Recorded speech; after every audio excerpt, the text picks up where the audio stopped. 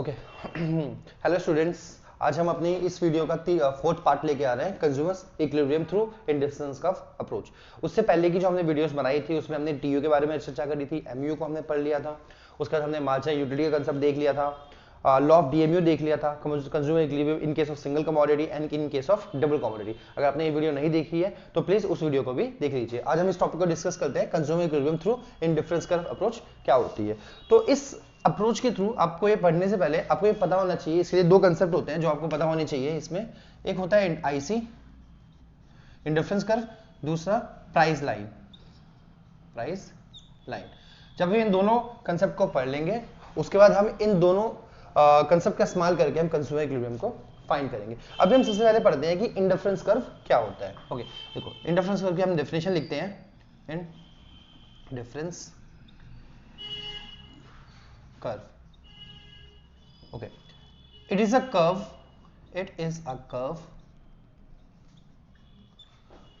shows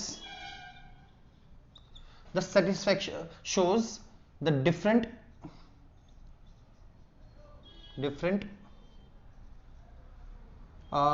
combination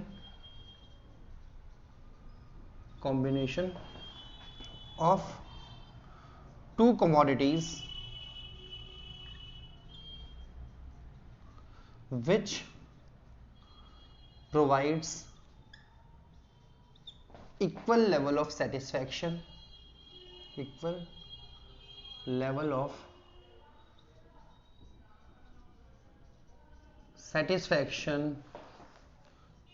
to the consumer.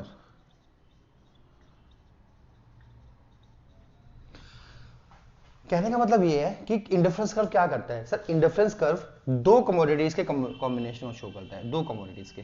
ये बताता है कि आप दो कमोडिटी कंज्यूम कर रहे हो और डिफरेंट क्वांटिटीज को आप कंज्यूम कर रहे हो, तो डिफरेंट क्वांटिटी कंज्यूम करने के बाद भी आपको सिमिलर सेटिस्फेक्शन मिले, ये उन सभी पॉइंट्स को शो करता है। जिन जिन कॉम्बिनेशन पे आपको इक्वल सेटिस्फेक्शन मिलता है वो उन पॉइंट्स को शो करने वाली लाइन को क्या कहते हैं, इंडिफरेंस कर्व कहते हैं। और एक और हम सिंपल बोल सकते हैं, all the points on IC shows same level of satisfaction, meaning indifference curve के ऊपर जितने भी आपके पॉइंट होंगे वो सारे आपके सिमिलर लेवल ऑफ सेटिस्फेक्शन को शो करेंगे। ठीक है, हम ये कह सकते हैं, आपका ये डेफिनेशन हो सकती है, या फिर ये भी कह सकते हैं कि ये क्या करता है, आपका दो कमोडिटीज हो गई, दो कमोडिटीज को कंज्यूम किया। सर अलग अलग सिचुएशन हो सकती है, कभी हम कमोडिटी एक्स को ज्यादा कंज्यूम कर रहे हैं, कभी हम कमोडिटी वाई को ज्यादा कंज्यूम कर रहे हैं, बट दोनों पॉइंट को हम क्या करते हैं, उससे हमको सिमिलर सेटिस्फेक्शन मिलता है, उन सभी पॉइंट्स को ये शो करता है। अब इस कंसेप्ट को हम टेबल के थ्रू समझते हैं। देखो कैसे होता है आपका, अगर यहां पर हम लेते हैं कमोडिटी, यहां पर हमने लिख लिया एप्पल और यहां हमने लिया banana. Okay, A B C D and E. Let suppose आपने 15 एप्पल खाए और एक बनाना कंज्यूम किया, उसके बाद फिर 10 2 6 3 3 4 1 5।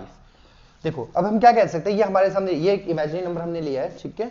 तो हम कह सकते हैं जब आप कॉम्बिनेशन ए की बात करते हो, तो जब ए कॉम्बिनेशन पे आप हो तो आपने एप्पल की 15 यूनिट्स और बनाना की 1 यूनिट कंज्यूम करी है। जब आप कॉम्बिनेशन डी पर हो तब आपने 3 एप्पल कंज्यूम किया और 4 बनाना कंज्यूम किया। लेकिन इन दोनों ही केसेस, सभी केसेस में, चाहे इस पे किसी पे भी हो, आपको सेटिस्फेक्शन इक्वली मिल रहा है। इसको अगर हम सिंपल समझे तो आप घर में खाना खाते हैं भाई, किसी दिन हम रोटी ज्यादा खाते हैं, किसी दिन चावल ज्यादा खाते हैं, लेकिन पेट तो हमारा सेम भरता है ना। हो सकता है किसी दिन हमने चावल बहुत ज्यादा खा लिए, रोटी एक ही खाई, या हो सकता है रोटी हमने किसी दिन 4-5 खा ली लेकिन चावल हमने बहुत थोड़े से खाए, लेकिन पेट तो हमारा सिमिलरली इक्वली भरता है आपका। उसी तरीके से आईसी कर्व भी क्या करता है, उन सभी पॉइंट्स को शो करता है जो कंज्यूमर को इक्वल सेटिस्फेक्शन जो है वो प्रोवाइड करते हैं। अब इसको अगर हम टेबल के थ्रू इसको हम एक डायग्राम बना लेते हैं। ओके, तो नीचे हमने लिख लिया बनाना 1 2 3 4 5 3 6 9, 12, 15, 18। अब देखो जब आपने बनाना, नीचे हम बनाना ले लेते हैं, बनाना,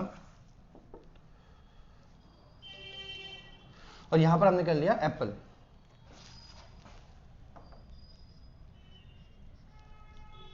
ओके, अब जब हमने बनाना की 15 यूनिट कंज्यूम करी तो ये 1 हो गया, 2 पे हो गया आपका 10, 3 पे हो गया 6, 4 पे हो गया आपका 3 और ये 1। तो देखिए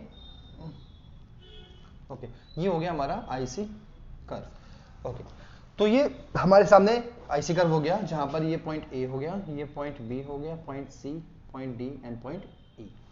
तो आप इस आईसी कर्व में चाहे आप पॉइंट ए पे हो, चाहे आप बी पे हो, चाहे सी पे हो, चाहे डी पे हो, चाहे ई पे हो, आप किसी भी पॉइंट पे हो, आपको सेटिस्फेक्शन जो है वो सेम ही मिल रहा होगा।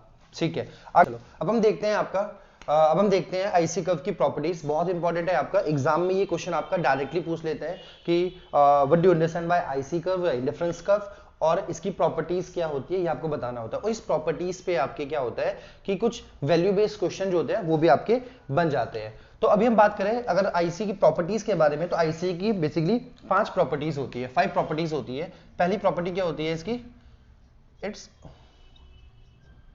Slope downwards from left to right. देखो सबसे पहली जो इसकी प्रॉपर्टी है वो क्या है, आपका आईसी कर्व का जो स्लोप है वो डाउनवर्ड्स है। डाउनवर्ड्स से मीनिंग क्या हो गया आपका, नीचे की ओर है। जैसे देखिए आप, सब ए से बी हुआ, फिर सी हुआ, यानी कि इसका स्लोप जो है नीचे की ओर जा रहा है। नीचे की ओर जाने के साथ साथ लेफ्ट से ये राइट की ओर भी जा रहा है, दिख रहा है आपको। तो हम कह सकते हैं इसका पहली प्रॉपर्टी ये होती है आपका, इसका जो स्लोप होता है वो नीचे की ओर होता है और लेफ्ट से राइट की ओर होता है। इसका रीजन क्या होता है, it is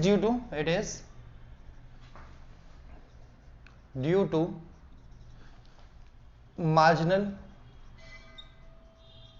marginal rate of substitution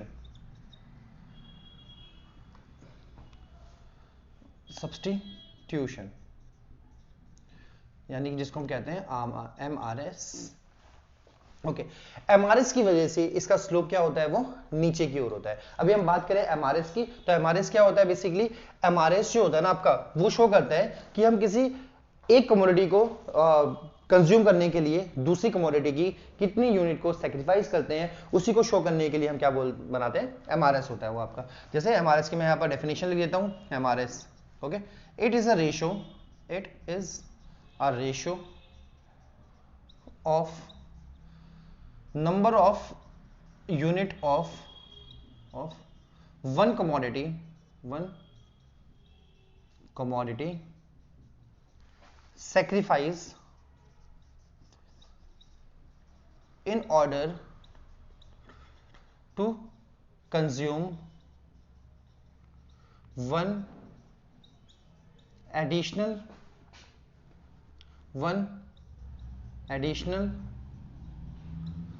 unit of other commodity। Meaning क्या करते हो आप, सर आप क्या करते हो, एक कमोडिटी को क्या कर रहे हो आप, सेक्रीफाइस कर रहे हो, यानी क्या कर रहे हैं हम, एक कमोडिटी को गिव अप कर रहे हैं, किस लिए, सर दूसरी यूनिट की एक्स्ट्रा कमोडिटी को लेने के लिए। जैसे हम इसको समझते हैं, यहां पर देखो आपके सामने टेबल है और यहां पर मैं एमआरएस ऐसे ही लिख देता हूं। ओके, तो एमआरएस इसके थ्रू इसका फॉर्मूला भी बन सकता है, वो क्या होता है, MRS equals to delta sacrifice upon में डेल्टा गेन। मीनिंग देखो सर आपने यहां पर एप्पल की कितनी यूनिट को सेक्रीफाइस किया, सर एप्पल की 5 यूनिट को सेक्रीफाइस किया हमने टू गेन 1 एक्स्ट्रा बनाना। तो हम कह सकते हैं सर 5A/1B। आपने क्या किया, इस 5/1B का मीनिंग क्या हो गया, सर आपने एक बनाना गेन करने के लिए 5 एप्पल को सेक्रीफाइस कर दिया। उसके बाद ये देखिए सर 10 के बाद 4, फिर आपको एडिशनल यूनिट मिली है तो ये जगह 4A/1B। देन उसके बाद 3, सिमिलरली 1, तो 3A और 1B, सेम 2 एंड 1, तो हो जाएगा 2 एप्पल/1B। बनाना। तो हमारे सामने क्या दिख रहा है सर, ये दिख रहा है रेशो। आप एक कमोडिटी को सेक्रीफाइस करते हो to gain additional unit of other commodity, है ना। तो इसी को एमआरएस कहते हैं। मतलब क्या होता है इसका मतलब हो गया कि हम एक कमोडिटी को प्राप्त करने के लिए जो हमारी पहली कमोडिटी है उसको हम क्या कर रहे हैं, सेक्रीफाइस करते हैं। तो किस रेशियो में सेक्रीफाइस किया जाता है उसी को हम क्या कहते हैं, एमआरएस कहते हैं। ओके तो इस एमआरएस की वजह से हमारा क्या होता है, इसका स्लोप जो है वो नीचे की ओर होता है, क्योंकि आप दोनों कमोडिटी को तो कंज्यूम कर नहीं सकते। तो हम क्या करते हैं सर, हम एक कमोडिटी को कम करते हैं और फिर दूसरे को इंक्रीज करते हैं। हम एक को कम कर रहे हैं फिर दूसरे को इंक्रीज कर रहे हैं, एक को कम कर रहे हैं दूसरे को इंक्रीज कर रहे हैं। इसकी वजह से इसका कर्व जो होता है वो नीचे की ओर होता है। अब एक सवाल और आता है हमारे पास कि वाई, ओके चलो इसके बाद नेक्स्ट प्रॉपर्टी करते हैं, उसमें हम ये सवाल देखते हैं। सेकंड प्रॉपर्टी होती है इसकी, IC is convex to the point of origin। इसका मीनिंग क्या हो गया, जो आईसी कर्व है ना वो क्या है आपका, वो कॉन्वेक्स है to the point of origin. ये जो शेप दिखाई दे रही है आपको, ये वाली शेप, अगर हम कह सकते हैं ये जो शेप है बेसिकली इसको हम कहते हैं कॉन्वेक्स शेप, कॉन्वेक्स। ओके तो जो आईसी का कर्व होता है ना वो क्या होता है आपका, कॉन्वेक्स होता है। अब कॉन्वेक्स होने के पीछे रीजन क्या होता है सर, इसका रीजन होता है, इसका रीजन क्या होता है, इसका रीजन होता है आपका, देखिए हमारे सामने एमआरएस है, बिल्कुल है सर। एमआरएस देखो आप 5 4 3 2, यानी कि एमआरएस हमारा डिक्रीजिंग हो रहा है। तो इसका रीजन क्या हो गया, रीजन क्या हो गया आपका, reason due to decreasing MRS. Sir MRS decreasing होने की वजह से जो आईसी का कर्व होता है ना, आईसी कर्व जो होता है वो क्या होता है आपका, वो कॉन्वेक्स होता है। सर इसका मीनिंग क्या हो गया, इसका मीनिंग ये हो गया आपका कि आप वन एडिशनल यूनिट को प्राप्त करने के लिए एप्पल की लगातार कम कम कम यूनिट को क्या करते हो, सेक्रीफाइस करते जाते हो। देखो पहले हमारे पास बनाना एक था तो हमने 15 एप्पल को सेक्रीफाइस किया, उसके बाद फिर जैसे जैसे बनाना मिलते जा रहे हैं हम क्या कर रहे हैं, एप्पल को कम सेक्रीफाइस करते जा रहे हैं। तो इसी की वजह से क्या कह सकते हैं हम, ये जो कर्व हो गया आपका ये क्या हो गया, कॉन्वेक्स हो गया। अब यहां पर एक सवाल आता है सर ये डिक्रीजिंग है क्यों, वाई, एक छोटा सा सवाल हमारे सामने आता है, वाई एमआरएस डिक्रीजिंग, एमआरएस जो है वो यहां पर डिक्रीजिंग क्यों है सर, इंक्रीजिंग भी तो हो सकता था या कांस्टेंट भी हो सकता था, बट यहां पर ये आपका डिक्रीजिंग है। इसका रीजन क्या है सर, इसका रीजन हम कह सकते हैं, इसका रीजन हम बता सकते हैं आपका due to the application of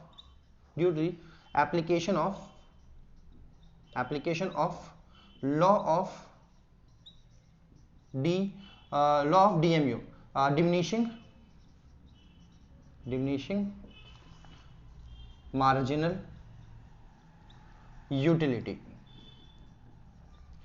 sir law of DMU applicable हो गया है यहां पर, इस वजह से आपका एमआरएस क्या होता है, वो डिक्रीजिंग होता है। सर समझ में नहीं आया, देखो कैसे कैसे हो सकता है आपका ये, इसको हम समझते हैं। देखिए सर जब हमारे पास बनाना एक ही था केवल, तो हमारे पास बनाना की जो यूटिलिटी थी वो बहुत ज्यादा थी, है ना, क्योंकि हमारे पास बनाना कम था। तो बनाना हमारे पास कम था तो बनाना को, और एप्पल की यूटिलिटी हमारे पास क्या थी, ज्यादा थी। तो हमको बनाना चाहिए था ना, तो हमने ज्यादा एप्पल को सेक्रीफाइस किया। ओके क्योंकि हमारे पास बनाना एक है और एप्पल जो है वो ज्यादा है, तो हमको बनाना चाहिए था, तो हमने बनाना के लिए क्या कर दिया, ज्यादा एप्पल को सेक्रीफाइस कर दिया।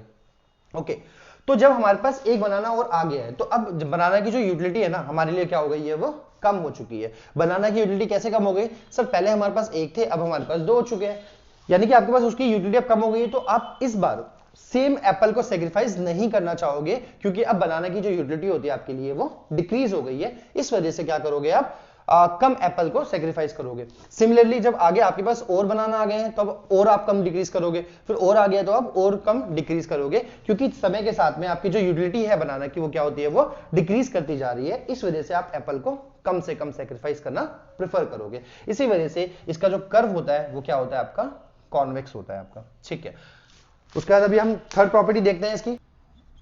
थर्ड प्रॉपर्टी, अभी हम इसकी थर्ड प्रॉपर्टी देखते हैं। थर्ड प्रॉपर्टी क्या होती है, higher IC shows higher satisfaction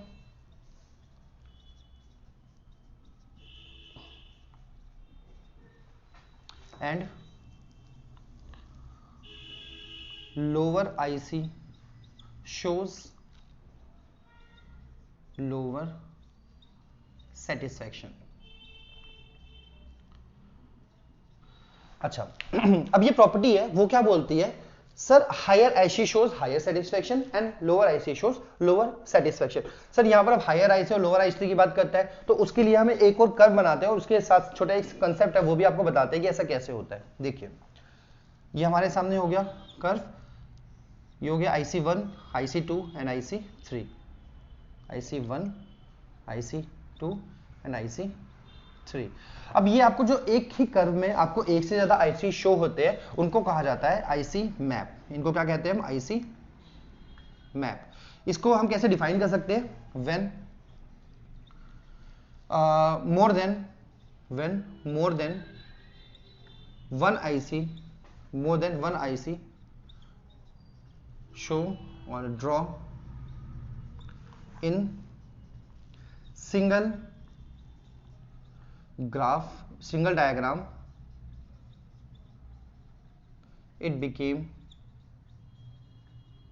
IC map। Basically कहने का क्या मतलब होता है इसमें, जब आप एक ही कर्व में क्या करते हो सर, एक ही कर्व में एक से ज्यादा आईसी को जब आप शो करते हो, एक ही कर्व में एक से ज्यादा आईसी को आप शो करते हो तो वो आपका क्या बन जाता है? वो आपका आईसी मैप बन जाता है। ठीक है, तो अब देखो आईसी मैप में हम समझाते हैं कि कैसे higher IC shows higher satisfaction and lower IC shows lower satisfaction. इसके लिए यहां पर आपको एक छोटा सा कंसेप्ट है वो भी आपको पता होना चाहिए। उसको हम कहते हैं मोनोटोनिक प्रेफरेंस। Monotonic preference. अब ये क्या होता है आपका मोनोटोनिक प्रेफरेंस? ये होता है आपका अ रेशनल कंज्यूमर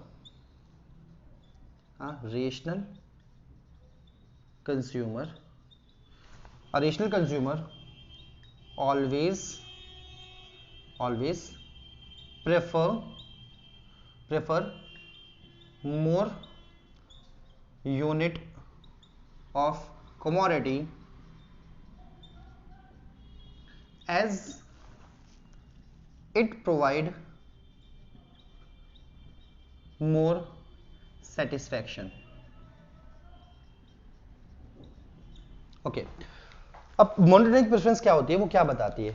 वो कहता है कि जो रेशनल कंज्यूमर का मीनिंग जो कंज्यूमर जो है वो अपना सेटिस्फेक्शन मैक्सिमम करना चाहता है, एक समझदार कंज्यूमर है, समझदार उपभोक्ता है। वो क्या चाहता है? वो हमेशा चाहता है कि ज्यादा कमोडिटी उसको मिले, क्योंकि ज्यादा कमोडिटी उसको ज्यादा सेटिस्फेक्शन प्रोवाइड करती है। इसको क्या कहते हैं? Monotonic preference. यानी कि समझदार उपभोक्ता, समझदार कंज्यूमर हमेशा ज्यादा चीजों को प्रेफर करता है क्योंकि ज्यादा चीजें उसको ज्यादा सेटिस्फेक्शन प्रोवाइड करती है। अब ठीक है, अब इसके थ्रू हम देखते हैं ये प्रॉपर्टीज है वो कैसे एप्लीकेबल होती है। सो यहां से हम एक लाइन खींच लेते हैं। ओके,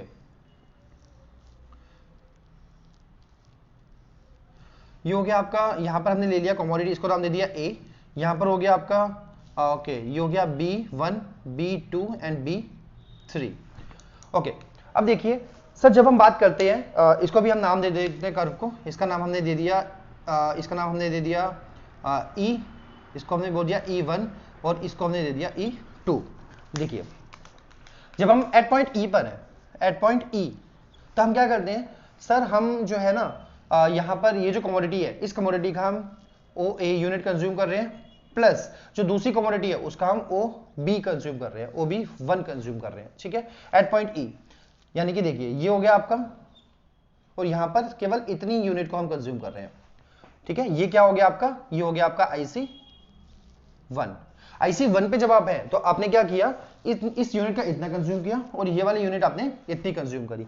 जब आप एट पॉइंट E1, तब देखिए क्या हो रहा है सर, जो ये कमोडिटी है वो तो सेम ही है आपके सामने, बट सर ये तो है ही, OB1 तो है ही, प्लस इसके अलावा आपने B1 और B2 ये जो यूनिट है इसको आपने एक्स्ट्रा कंज्यूम कर दिया। ये देखो शो रहा है आपको, देखो इस वाले पॉइंट पे आपने इतना कंज्यूम कर लिया। ठीक है, इसका मतलब हम कह सकते हैं सर IC1 ये हो गया आपका IC2। सर ये तो कंफर्म है कि IC1 के कंपैरिजन में IC2 पे आप क्या कर रहे हो, ज्यादा सेटिस्फेक्शन गेन कर रहे हो। क्यों? क्योंकि जो कमोडिटी आपकी एक्स एक्सिस पर है उसको आप क्या करते हो, ज्यादा कंज्यूम कर रहे हो। सिमिलरली हो गया। ठीक है, अभी हम बात करते हैं कौन से पॉइंट की, पॉइंट E2 की, एट E2। ये कहां पर है सर आपका? ये है आपका IC3 पे। देखिए सर जब आप IC3 पे हो सर, ये जो कमोडिटी आपने y एक्सिस पे शो करी है सर, उसका कंजम्पशन तो आप क्या करते हो, सेम ही कर रहे हो, OA यूनिट है ना, OA यूनिट। बट सर जब यहां पर आते हो तो आपने OB1 तो कंज्यूम कर ही रहे हो, प्लस B1 B2 भी तो कंज्यूम कर ही रहे हो ना, बट आप ये वाली जो यूनिट है ना उसको आप एक्स्ट्रा कंज्यूम कर रहे हो, B2 प्लस B2 B3। देखिए तो हम ये भी कह सकते हैं कि सर IC3 जो है वो IC2 के कंपैरिजन में ज्यादा सेटिस्फेक्शन प्रोवाइड करता है। तो देखिए यही हो गया, यही नियम बोलता है higher IC shows higher satisfaction and lower IC shows lower satisfaction. यानी कि जब आप यहां से जाते हो, देखो इससे इस पे गए तो सेटिस्फेक्शन बढ़ा, यहां से गए तो और बढ़ा, और जब थर्ड वाले पे आए तो आपको मैक्सिमम सेटिस्फेक्शन मिल रहा है। तो ये जो प्रॉपर्टी है आपकी more IC show higher IC shows higher satisfaction and lower IC shows lower satisfaction, वो यहीं पर क्या हो रहा है आपका फुलफिल हो रहा है। और ये हमको दिख गया कि कैसे हो रहा है। ये 3 केसेस हमने बात कर ली थी जिसके थ्रू आप इसको समझा सकते हो कि कैसे ये होता है, क्योंकि इसके पीछे लॉजिक क्या है सर, इसके पीछे लॉजिक है आपका मोनोटोनिक प्रेफरेंस। क्योंकि क्या बताता है कि जब आप ज्यादा कंज्यूम करते हो तो आपको ज्यादा सेटिस्फेक्शन मिलेगा, कम कंज्यूम करोगे तो आपको कम कंज्यूम सेटिस्फेक्शन मिलेगा। यानी कि आप क्या करते हो, आप ऐसे बंडल को चुनो जहां पर आपको क्या मिलेगा, ज्यादा कमोडिटीज मिलती है। तो ज्यादा कमोडिटीज वाला बंडल आपको ज्यादा सेटिस्फाई करेगा और कम कमोडिटी वाला बंडल आपको कम सेटिस्फाई करेगा। ये हमारे उधर देखो 3 डेज में मिटा रहा हूं सही पे मिटाना होगा, इसलिए आपने लिखा नहीं सर ऐसी बात नहीं है। इस वाले उस पे ना एक्सपोजर पड़ रहा था लाइट, इस वाले पे कुछ नहीं पड़ रहा था, और ये मेरे लगता है अब तक की सबसे बेस्ट वीडियो बन रही है सर, देखना।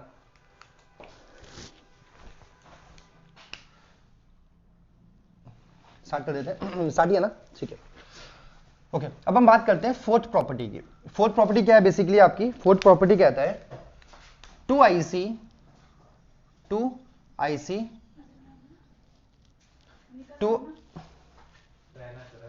अरे मैम अब बोलने पे उसमें मैच कर जाता है, इसको दोबारा से करता हूँ मैं। दिखोगे नहीं आप, वहां खड़े होकर देख सकते हो।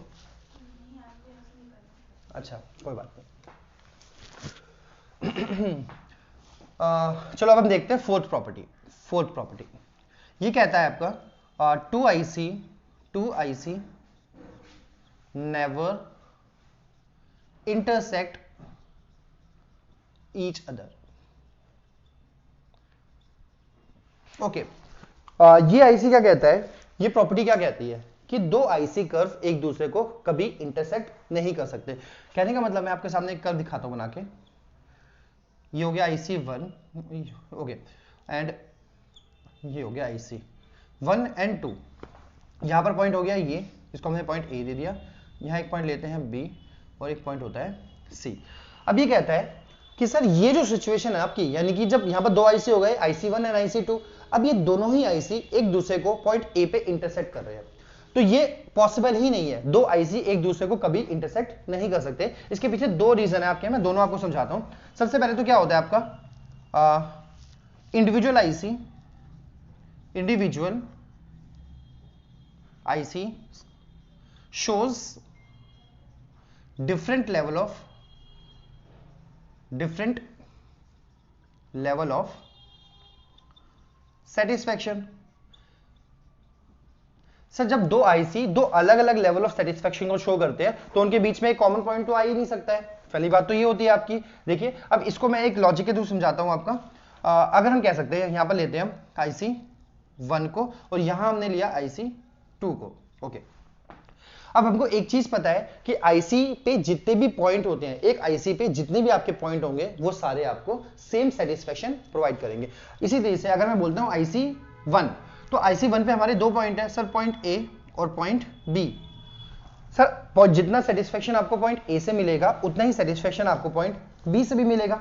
सिमिलरली IC2 की अगर हम बात करें तो सर A से जितना सेटिस्फेक्शन आपको मिलेगा उतना ही आपको C पे भी मिल रहा होगा। इसका मतलब हम कह सकते हैं सर A और B दोनों इक्वल है और A और C दोनों इक्वल है। अब मैथमेटिक्स में एक रूल होता है, उसको कहते हैं रूल ऑफ ट्रांजिटिविटी। ये नियम क्या कहता है, ये नियम कहता है कि अगर A B के बराबर है, A B के बराबर है और A C के बराबर है, इसका मतलब हम कह सकते हैं कि B और C दोनों एक दूसरे के इक्वल होने चाहिए। बट जब हम IC कर्व को देख रहे हैं तो ये ऐसा है क्या, बिल्कुल भी ऐसा नहीं है। ये दोनों एक दूसरे के इक्वल बिल्कुल भी नहीं है। क्यों नहीं है, क्योंकि क्या कहते हैं, देखो ए और बी एक दूसरे के इक्वल नहीं है आपके, तो क्यों ऐसा, देखो ग्राफ में हमको दिखाई दे रहा है, क्यों सर सी जो है ना आपका, वो आपका ज्यादा सेटिस्फेक्शन प्रोवाइड करेगा, क्यों, क्योंकि सी जो है आपका वो IC2 पे है और बी जो है वो आपका IC1 पे है। तो हम कह सकते हैं, देखो ये हमने प्रूफ कर दिया कि दो IC एक दूसरे को कभी भी कट नहीं कर सकते, क्योंकि अगर ऐसा वो करेंगे दोनों के बीच में कॉमन पॉइंट आ जाएगा, जो कि पॉसिबल नहीं होता है। और कॉमन पॉइंट आने का मतलब है कि आपको दोनों IC पे सेम सेटिस्फेक्शन मिल रहा है, बट ऐसा नहीं होता है। जो IC2 पे पॉइंट है वो आपको ज्यादा सेटिस्फेक्शन प्रोवाइड करता है और IC1 पे जो पॉइंट है वो कम सेटिस्फेक्शन प्रोवाइड कर रहा है। तो आपकी प्रॉपर्टी नंबर 5 की जो फिफ्थ प्रॉपर्टी है वो क्या बताती है आपको, IC curve never touches its axis. IC curve कभी भी एक्सेस को टच नहीं करता। जैसे हम बात करते हैं ना, एक मैं कर्व बना के दिखाता हूं आपको, ये आपके एक्सिस हो गए। IC कर्व कभी भी ऐसा और इस सा का कर्व बिल्कुल भी नहीं हो सकता। इसके पीछे रीजन क्या है आपका, देखो ये भी आपका IC हो गया एक और ये भी आपका एक IC हो गया, बट ऐसे IC आपके कभी भी नहीं बन सकते। उसका रीजन ये होता है कि जब हम IC कर्व बना रहे होते हैं ना, तो हम ये कंडीशन रखते हैं, ये अजम्पशन होती है हमारी कि एटलीस्ट आप दो कमोडिटी तो कंज्यूम करोगे ही करोगे। जब आप दो कमोडिटी कंज्यूम कर रहे हो तो कभी भी उनका जो पॉइंट है वो जीरो नहीं हो सकता, क्योंकि अगर जीरो हो गया इसका मतलब आपने उस कमोडिटी को कंज्यूम नहीं किया। तो हम कह सकते हैं आपका consumer always consume certain unit of commodity। यानी कि क्या कहता है वो, कंज्यूमर हमेशा कुछ ना कुछ यूनिट तो कंज्यूम करेगा ही करेगा। अगर वो यूनिट को कंज्यूम करता है तो वो कभी भी आपके एक्सिस पे टच नहीं करेगा। अगर वो एक्सिस पे टच करता है इसका मतलब वहां पर कंज्यूमर ने उस कमोडिटी की एक भी यूनिट को कंज्यूम नहीं किया। तो ये हमारी 5 प्रॉपर्टीज हो गई IC की पूरी कंप्लीट, जिसको मैंने बहुत अच्छे से समझा दिया।